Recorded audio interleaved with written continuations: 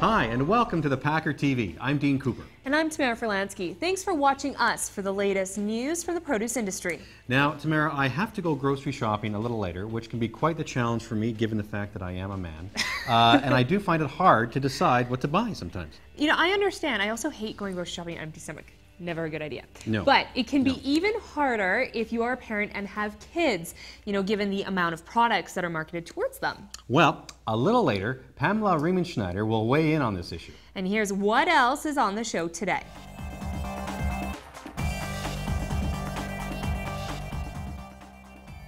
Taylor Farms acquires River Ranch. Walmart's slide continues. And what's happening in Texas? River Ranch Fresh Foods is under new ownership. The company was just purchased by Taylor Fresh Foods. With more on what the acquisition means, here's the Packers' Ashley Bentley. Taylor Fresh Foods completed its purchase of River Ranch Fresh Foods, making the fresh cut salad and vegetable company a wholly owned subsidiary. River Ranch should continue to operate as River Ranch and can look forward to an expanded range of products. River Ranch's brands include Popeye spinach and fresh cut vegetables, as well as its own namesake brand and private labels.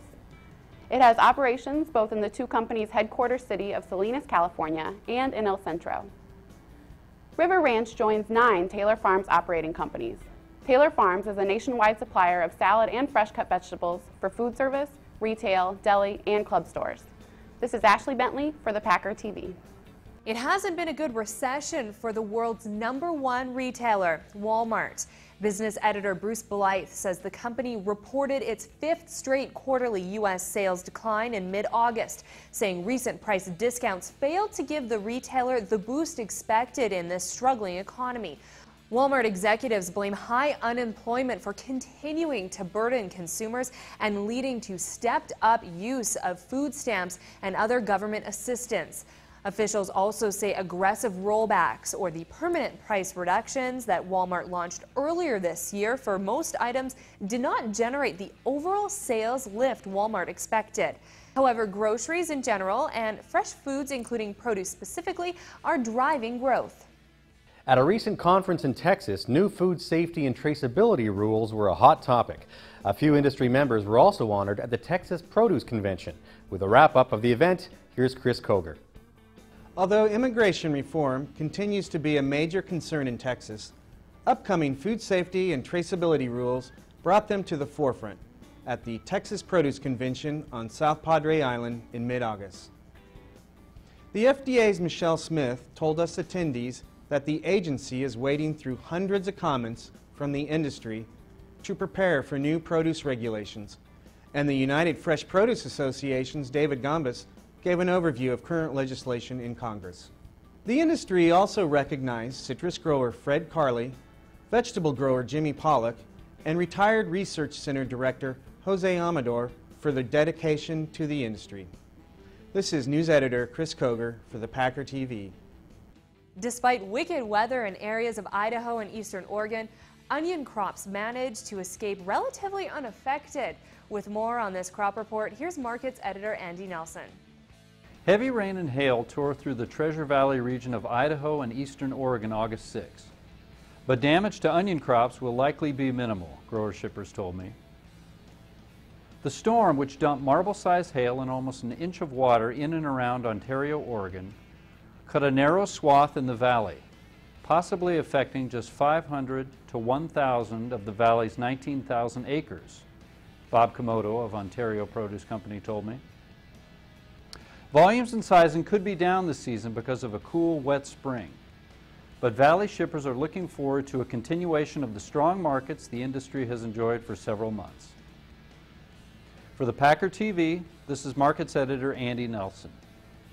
Unusually cool weather has slowed tomatoes from the Baja California region this season, but growers say overall volumes will be comparable to last year and even bigger for some. Mark Munger, Vice President of Marketing for Andrew & Williamson, says Mexico's northern Baja California ended the coolest July that he has seen in 25 years of growing.